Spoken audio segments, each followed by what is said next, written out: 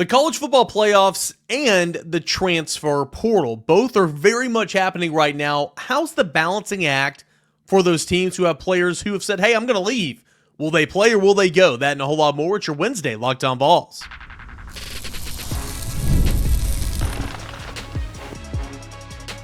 You are Locked On Vols, your daily podcast on the Tennessee Volunteers. Part of the Locked On Podcast Network, your team every day. Hey, good Wednesday morning, everybody. Welcome into Locked On Vols. I am your host, Eric Cain. Appreciate you guys for being here. You guys know it. Your first listen, your first watch each and every single day. And we are free and available wherever you get your podcast. Big shout out to our friends over at FanDuel, where you can win big on FanDuel this season. New customers can place a $5 bet, and you're going to get started with $150 in bonus bets if you win your first $5 bet. Visit FanDuel.com today to go ahead and get started. We got a busy show coming up today. Do want to touch on the transfer portal balancing act for teams in the college football playoffs. Those players who have said, hey, I'm out, how's that going to work? And should there be some frustration there? That coming up here in a matter of moments. Tennessee, 6 volunteers named to the All-SEC coaches teams. Who were those? Jalin Hyatt, VFL and current Giants wide receiver, set to join the show in segment number 2. You can ask him all about his thoughts of Tennessee in the college football playoffs and Tennessee versus Ohio State. And then, of course, Josh Ward for Ward Wednesday coming up in segment number 3. So, again, right now, Tennessee's got a couple of players. No key players in terms of starters or very productive guys. But Tennessee does have a couple of players who have entered in the transfer portal. Center or offensive lineman Bison Lang, running back Khalifa Keith, wide receiver Caleb Webb, wide receiver Chaz Nimrod, defensive back Jordan Matthews, and linebacker Jalen Smith. And for two of those guys, Jalen Smith and Chaz Nimrod, I mean, they're playing, right? I mean, they're role players, but they're very much a part of the scheme, a part of the depth chart, a part of what's happening for Tennessee on Saturday. So we're in a different era, and it's very strange. And I understand for the older generations, they hate it, and I don't blame them. For our generation, it's kind of like, well, we kind of see both sides of it a little bit for the most part. I'm not speaking for everybody here. But I think we can all kind of agree that it's different, it's kind of awkward, and it's weird. And whose fault is it? In my opinion, it's the calendar's fault. Why is the transfer portal opening right now? Well, because according to NCAA rules, to be eligible, we had somebody in the Monday night chat that just could not fathom why academics were still factored into all this. But I mean, it's the rule, right? I mean, you've got to be enrolled in school. You've got to be academically eligible to participate in extracurricular activities, that being college football. So these guys have got to be enrolled in school for the spring semester. So again, if you're wanting to make this decision, this right decision, I know it doesn't have to be the right decision, but you can transfer as many times as you want. You want to go on visits. You want to check out the town. You want to check out the facilities. You want to check out what the football program has to offer you. And you want to check out, for a lot of these guys, what you could be compensated in terms of the name, image, and likeness. It's a whole process. And that whole process isn't necessarily done in a weekend, especially if you're wanting to go see different schools and different programs.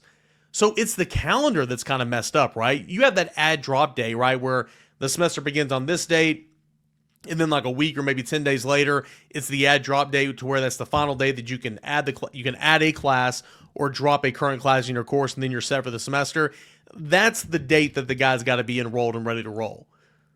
It's the calendar that makes no sense, and you can't necessarily say, well, if I want to enter the transfer portal but I want to stay here and play with my team, what if your team goes to the national championship?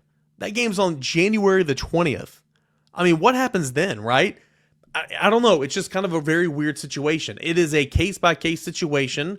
Some players are offered the time to stay and play and compete for the team that you're leaving for in the playoffs. Others are kind of said, all right, well, we'll see you later.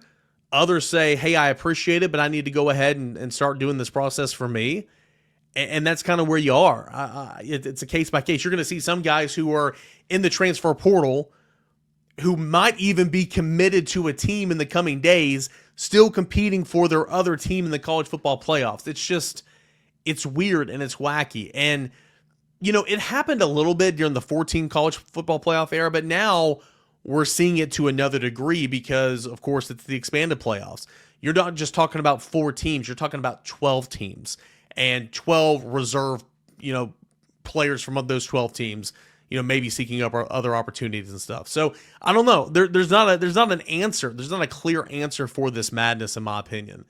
But for Tennessee, it's Jordan Matthews you're not going to miss right now for the playoff run. Khalifa Keith you're not going to miss for the playoff run. Bison Lang you're not going to miss for the playoff run. Caleb Webb you're not necessarily going to miss for the playoff run. But you might miss Chaz Nimrod, and you might miss Jalen Smith. Jalen Smith is not the most talented linebacker, but since the injury to Keenan Peely and really Edmund Spillman all year long, Jalen Smith's been your fourth guy. He's played a ton of football for you this year. And sure, is he the most gifted guy on the face of the defense? No, he's not. But is he a guy that knows where to be and has gone through the rigor of an SEC schedule and isn't going to be caught in the spotlights of a national primetime game? No, he's not. I mean, he's been there, done that. Edwin Spillman is ready to roll, and he is healthy again. And he would have had that spot predominantly if everybody was healthy, but he had missed 9 games with injuries this year. But he's back and ready to roll. But still, he's only played in like 2 to 3 games this year. Albeit, I'll give William Inge credit. I look down there at Oklahoma. You had Edwin Spillman that missed most of camp, missed the first 3 games of the year or whatever. And then I look down and there's a goal line package out there, and Edwin Spillman's out there his first game on the road at Oklahoma. He's in there playing. I'm like, okay, got hurt in that game, and then lo and behold, look down and he's playing against Vanderbilt. Like, he came back and played meaningful snaps against Vanderbilt. So Edwin Spillman's going to fall in there, and he is more gifted athletically, and he's going to be a player, but still, he doesn't have all the reps. He has not gone through the rigor of a Southeastern Conference schedule. More talent there, but not as experienced. And we're talking about a fourth linebacker here or a backup linebacker, so I recognize this, but that's something to pay attention to, in my opinion. What about wide receiver? Squirrel White left Vanderbilt with his arm in a sling. Brew McCoy didn't play in the Vanderbilt game. Dante Thornton didn't play in the second half. You were kind of battered and bruised a little bit at wide receiver, specifically at slot. And Chaz Nimrod, who is not the most explosive wide receiver, he's not the most productive wide receiver, has played a lot of football for you in the past and this year specifically at that slot position. So, that's not a huge concern because I think Tennessee can compensate for it. But what's the plan?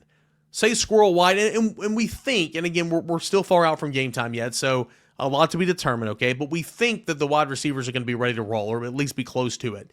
Say Squirrel White goes and plays, and that's great. What about when he's not on the field? Do they slide Brew McCoy down in the slot, make it like a Jawan Jennings, bigger target, more physical presence in the slot? I'd like to see it. I think that'd be a potential avenue. Plus, Jason Swain made a really, really good comment on the Josh and Swain show yesterday, and he said, Brew McCoy's been in the system for 3 years. Sure, he's not played the slot, but he's been in the system for 3 years, whereas Mike Matthews, first year, 12 games in, needs to be focusing on just the outside, just the outside, just the outside. So I'll be intrigued to see kind of how they would overcompensate for that. What about Braylon Staley, another true freshman that has been injured a little bit, and he's going to redshirt this year. But remember, the red shirts are already done with, right? Postseason doesn't count. So could Braylon Staley step up and play a little bit of the slot? We'll have to see. But I think fourth linebacker, Edwin Spillman's going to play that. We know that, but that's something to pay attention to. And then second option at slot receiver, something to pay attention to for Tennessee, because those players leaving for the transfer portal does have an impact. And again, I'm not saying that it's Randy Moss or Ray Lewis. They're not those type of players, at least yet, in their careers. But when you're talking about depth, gearing up for a national championship, hopefully playoff run, you don't necessarily want to see that. So it's just kind of it's a side effect of how wild and wacky everything is right now in college athletics and specifically college football. Real quick before we get to Jalin Hyatt, former Tennessee wide receiver, All-American, current New York Giants wide receiver, do want to give some shout-outs and some praises to Dylan Sampson, first-team All-SEC running back and all-purpose player, Cooper Mays, first-team offensive line, James Pierce Jr., first-team defensive line for the coaches, All-SEC. Jamal McCoy, second-team cornerback or defensive back, and Javonte Spraggins and Josh Turbeville, guard and kickoff specialist. They were named to the third team. 6 volunteers named to the All-SEC squad by the league's coaches. The AP will be released at some point today, I believe, and then some specialty awards throughout the rest of the week. Congratulations to those guys. We'll get to Josh Ward coming up in segment number 3 for Ward Wednesday. But coming up next, we continue on here on a Wednesday edition of the show, VFL current Giants wide receiver Jalin Hyatt set to join the show. That is coming up next as we continue on here with Locked On Vols. Stay tuned. Get ready to tackle the NFL action with FanDuel. It's America's #1 sportsbook because right now new customers can bet $5 and get $150 in bonus bets if you win. The FanDuel Sportsbook app gives you everything you need to place live bets on the NFL all in one place. So when you get a hunch in the middle of the game, you can check out the latest stats, view the live play-by-play, and so much more on the same page where you place your bets. Just visit FanDuel.com to join today. You'll get started with $150 in bonus bets if you win your first $5 bet. It's America's #1 sportsbook. It's where you can make every single moment more, and it's an official sportsbook partner of the NFL. You can never waste a hunch at the FanDuel Sportsbook app. Safe, secure, easy to use, but you can put some coin in your pocket this holiday season. All that and more is at FanDuel.com. Hey, I want to welcome on the show VFL former All-American Tennessee wide receiver Jalin Hyatt. Jalin, how you doing today, man? Thanks so much for joining me. I'm doing good. How about you? I'm doing really well, and a real big thanks to the World of Hyatt for making this possible. And Jalin, I know you have a partnership with them, and you have a 3-year relationship with them. Kind of tell me about that partnership with the World of Hyatt. Yeah, it's been very fun, very fun. It's our 3rd year going. I started, obviously when one of my first NILs was with World of Hyatt, and this is my 2nd year in the league, and we're going smoothly, and really excited about this one that we have going on, about the collaboration. Really more about comfort, and helping myself or guests that stays at a lot of hotels, especially World of Hyatt, so they can get the best comfort, the best sleep possible they can, if they're traveling a lot. So it's been a great partnership. We've been doing a lot of collaborations together, and it's just been fun to be a part of. Did you think, back when name, image, likeness was becoming a thing when you were in college, did you think like, hey, maybe that'd be a picture perfect top partnership, or obviously, when you got the league one day? Yeah, definitely something that, that I wanted just because of the last name and everything makes sense. And, but it's just more to it, it's just been fun, partnering with World of Hyatt, and just knowing the executives, and everybody's great, and knowing what they want to do and what they want to get done, with World of Hyatt. So it's been my favorite partnership so far. Well, Jalin, I know you're busy on the weekends, not on Saturdays much, but sometimes on Saturdays, but mostly on Sundays now with the New York Giants. What do you think about Tennessee, though? I know you're keeping track and watching the Vols. What do you think about Tennessee's season, obviously now in the college football playoffs? Yeah. Very proud of them just to get there in the playoffs. It's a good team. I really like the team that they have. They have a great defense and a great offense as well with Nico, being the quarterback. So it's going to be a tough one they have with, Ohio State. It's at Ohio State, so it's going to be tough. But, still confident in the Vols. I really believe they can get it done. What do you like from Tennessee's passing game this year? I mean, obviously it was, vertical down the field with you, and it was so much fun in 2022. But seeing Squirrel doing what he's doing, Brew McCoy still doing what he's doing, Dante Thornton, Chris Browser. What do you like about this wide receiver room? And I know that you play with several of them. Yeah, I really do like the receiver room. The leader of, with Brew leading it. Brew was the leader, when I was there. He's always been the vocal leader for us in that receiver room. And, every time that I stepped in that field and I seen Brew, to my left or right, it just gave me more confidence. So, I'm very confident in that room, especially with Squirrel, Dante, even the young guys that came in, they've been playing well, and they really need to step up, especially against Ohio State. They got to get that passing game going to compete with Ohio State, and I really believe they can. Well, I know you and Jalen Ryder are really, really close, and he had such a great year last year. Dylan Sampson this year, man. I mean, I don't want to say it's come out of nowhere because he made some plays back there in 2022 when you were on the team. But, I mean, first team All-SEC. I mean, seeing averaging over 100 yards a game. I mean, how impressed have you been with what Dylan Sampson's done on the ground for Tennessee? Yeah, very, very impressed. But, I've seen that in practice, multiple times with him. He was good when he was a freshman time he came in. And really what surprised me with him was, really how he can catch the ball, not just in the backfield, but you can put him at different spots, around the field. And, he's very good after the catch, when he does catch the ball. And obviously he's elite, when he has that ball in his hand. So just a great player, just overall. And, just seeing the confidence from him, gain every game, and to see where he's at now, compared to where he was, when he came in as a freshman. It's just been fun to watch. And, he's going to have to lead that team, in the playoffs and get it done. And, I really believe he can. How cool has it been to see Tennessee you see Heupel kind of evolve a little bit in year 4 here? Tempo's still there, but slowing it down at times. You always run the football, but he's ran the football to win games this year. That defense, you've always had players on that defense, but it's a top 10 defense this year. How cool is it to see kind of Josh Heupel evolve this year and find ways to win games where, when you were there, it was just, score 50 points and call it a day. He's finding different ways to win. It's been kind of cool to watch. Yeah, that just shows to, how Coach Heupel, sees the field. I mean, he's very elite at doing that, and he's one of my favorite coaches that I ever had, just because of how he sees the field.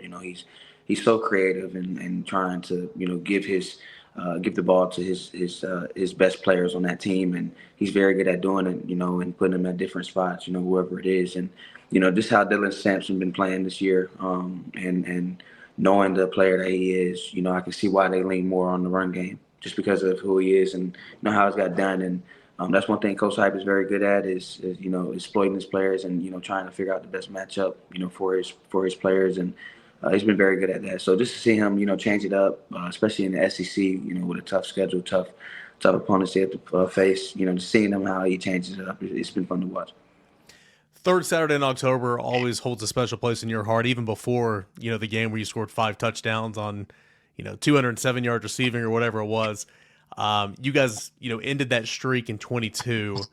Tennessee beat Alabama again this past year at Neyland Stadium on the third Saturday in October from afar as an alumni, as a Letterman. How cool is it to see Tennessee like, okay, well, it's not just, oh, we're upsetting them now. It's okay. This is what's supposed to happen. This is routine wins now against teams like Alabama.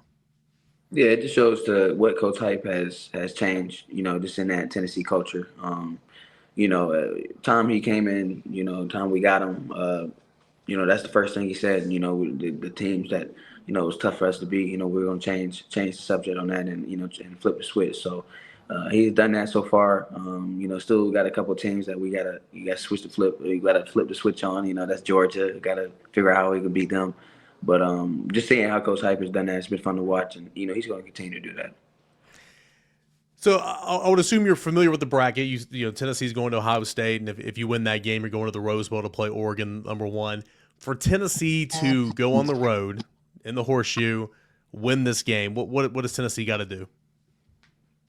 You have to start with the defense. Tennessee's defense has been playing very well this year. That's one thing that I've seen so far, and just seeing how their defense has been playing, if they can play at a high level, I think it would be tough, for Ohio State, offense. But with that Tennessee team, both of them both sides of the ball have to be playing at a high level to win this game. And I really believe they can. It's going to be a tough environment, though, playing at Ohio State. But, I have faith in Coach Hype in that Tennessee team.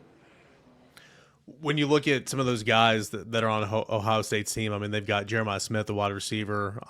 They've got Carnell Tate, a wide receiver. It feels like NFL talent out there on the perimeter. What do you see in their game in terms of what they do well, and how much do you like Jamal McCoy, the new cornerback for Tennessee that all SEC, he was named today, and Ricky Gibson. It feels like Tennessee's defensive backs that's going to be a really, really good battle with Tennessee and Ohio State.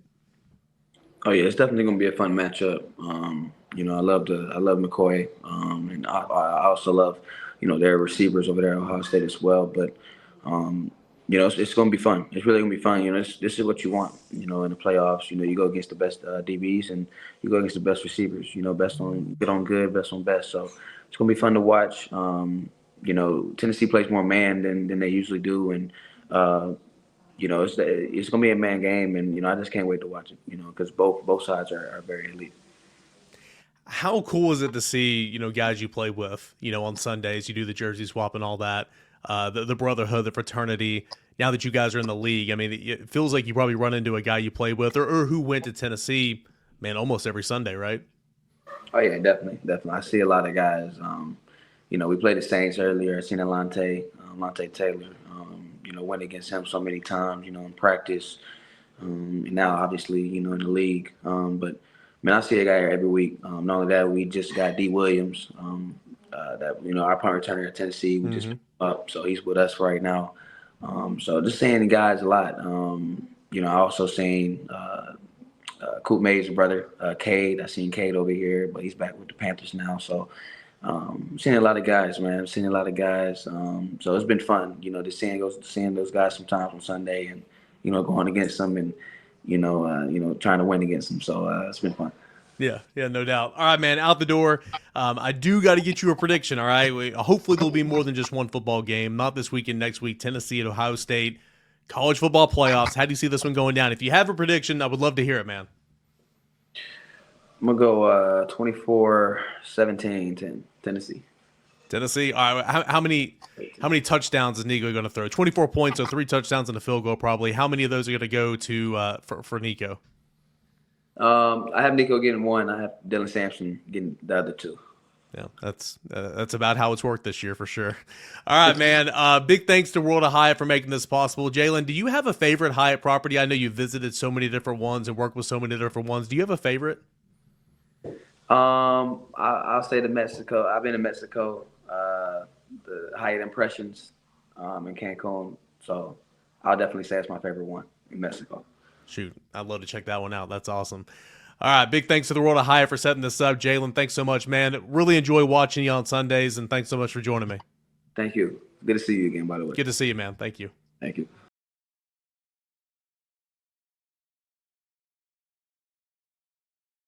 Josh, Tennessee got the draw, unexpected draw, the 9 seed going on the road to the Horseshoe, the 8 seed Ohio State. That's coming up on Saturday, December 21st. Overall thoughts on the draw for Tennessee in the first leg of the college football playoffs? Yeah, no surprise on the draw. I thought that it would either be Tennessee going to Ohio State or Penn State, and it's Tennessee going to Columbus, as was projected a week ago, heading into championship weekend. It is not an easy draw. If you zoom out and look at Tennessee's path to the national title, it is as difficult of a draw as you can get, having to go to Columbus, then having to go out west to take on Oregon. Then if you go by projected seeds, Texas would be really tough. Of course, if you're at that point, you expect you're playing a really good team. All that being said, Tennessee can win this game. Tennessee has been one of the best teams in the country this season because of its play up front, especially on defense. The offensive line has progressed as the season has gone along.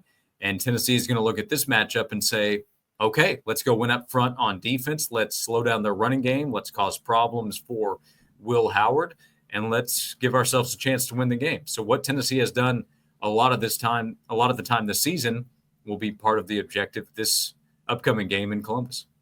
Tell me where I'm wrong. I mean, obviously they're not the same team, but statistically they're very similar and just kind of their build, right? I mean, Ohio State has one of the best defenses in the country, number 1 in scoring defense, like 8 in rush defense. Tennessee's 9th in rush defense. Tennessee's right there in terms of third down defense. Really good defenses, really good in the run game. Jalin Sampson, of course, they have a 2-headed monster.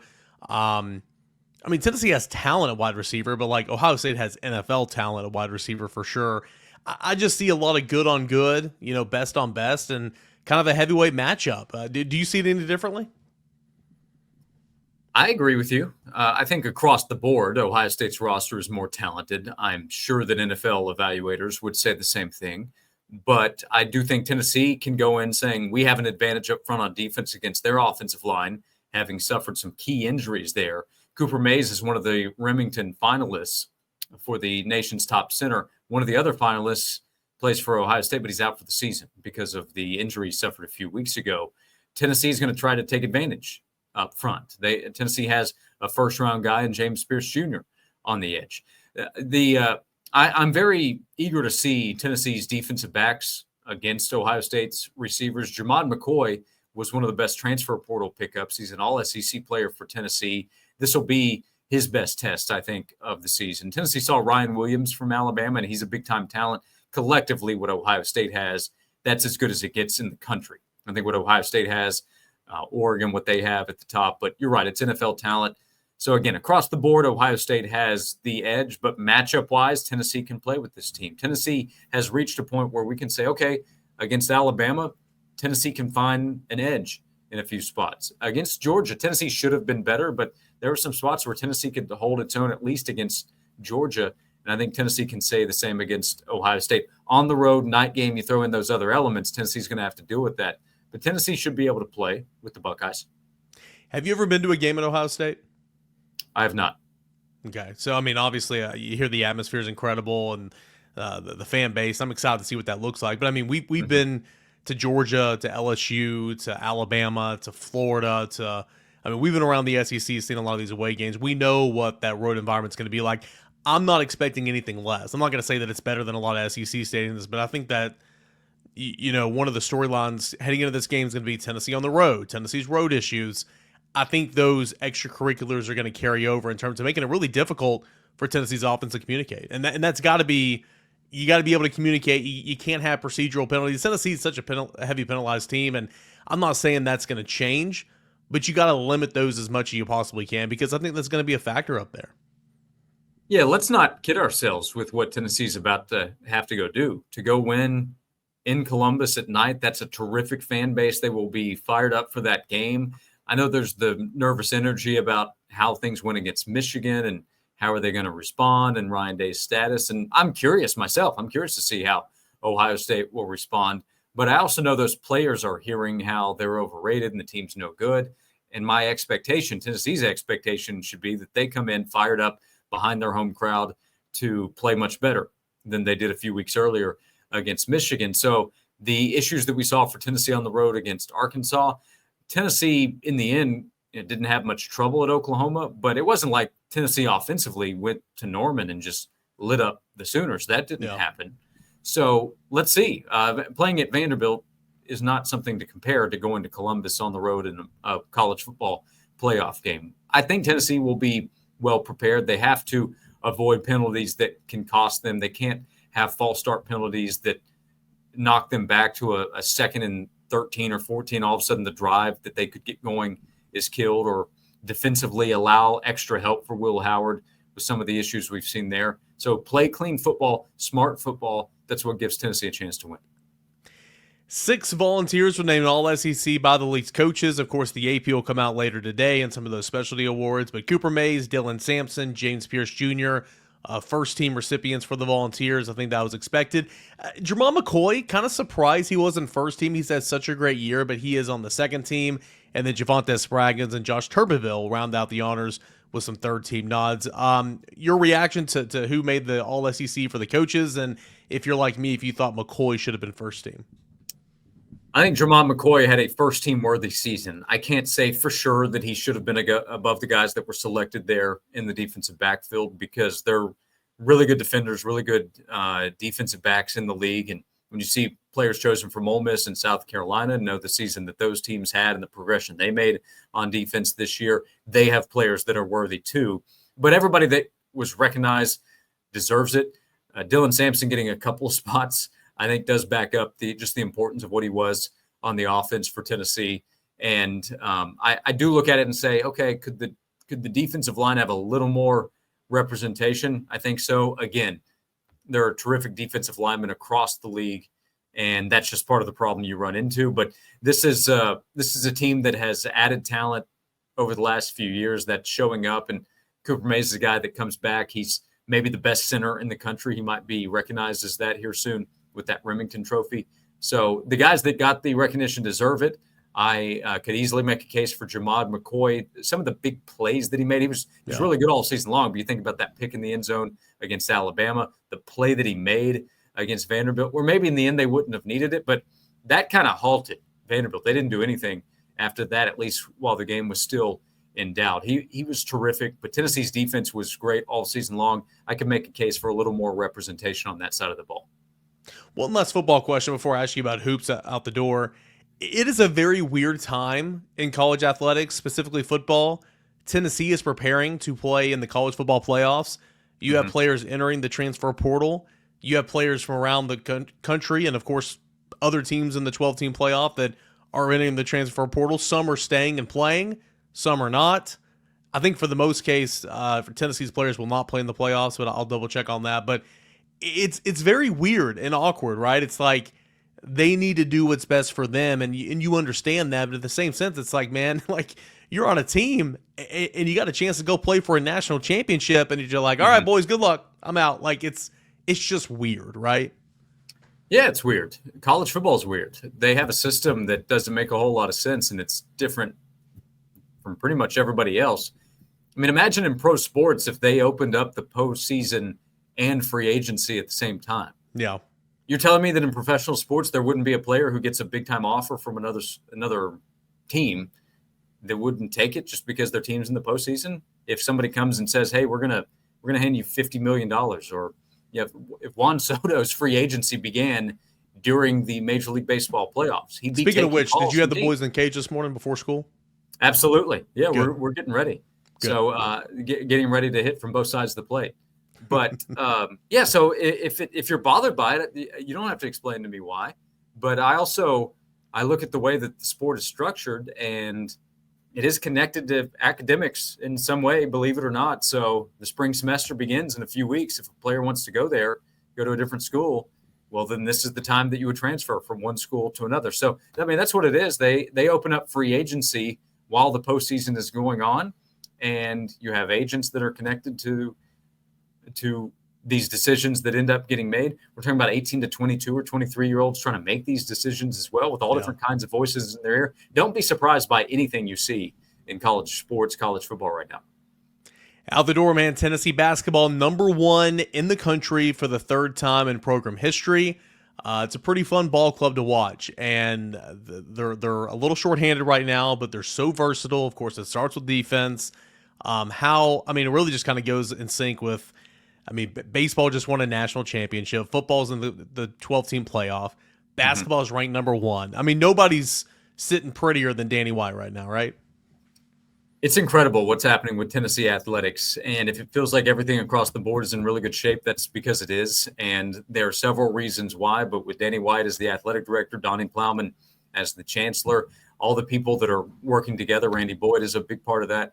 And then different administrators that have brought in coaches at different times. Like John Curry hired Tony Vitella. I think people recognize this at this point, that there was a long time of lack of structure and mistakes being made and people maybe in positions they shouldn't have been in and lack of continuity.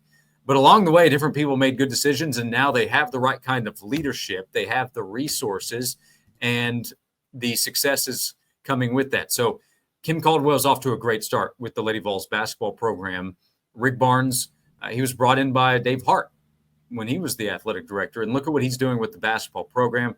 They are a major player in all the different sports, and obviously football in the college football playoff with what Josh Heupel has done since Danny White brought him in. It is a very good time to be a Tennessee fan, and nothing is guaranteed. At some point, Rick Barnes is not going to be the coach, and they'll have to replace him.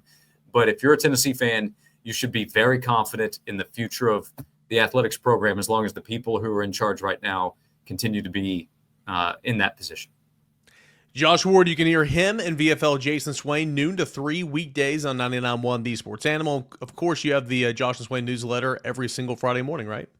Yeah, that's free. I appreciate everybody that reads it. I'll run into somebody every once in a while and say, hey, I'm an avid reader of the Josh and Swain newsletter, and that means a lot. Hey, I appreciate you and my mother for reading. Thank you. Yes, 100%. Just kidding. Everyone that reads surprises me. So joshandswain.com to sign up, or the link that Eric provides, and 12 to 3 Monday through Friday, Swain and I are talking Tennessee football and Tennessee sports. Appreciate it, Josh. Thanks so much, man. Thanks, Eric. All right, that is Josh Ward. Award Wednesdays here on Locked On Vols every single week. And fun show today. Big thanks to Jalin Hyatt for stopping by the show, former Tennessee Volunteer, All-American wide receiver, and of course, receiver for the New York Giants, and a lot of transfer portal talk. But nothing's bigger right now, even bigger than the #1 ranked Tennessee basketball team. It's Tennessee football in the college football playoffs. We're going to continue talking Tennessee, Ohio State for the rest of the week right here on Locked On Vols. Thanks so much for being here, guys.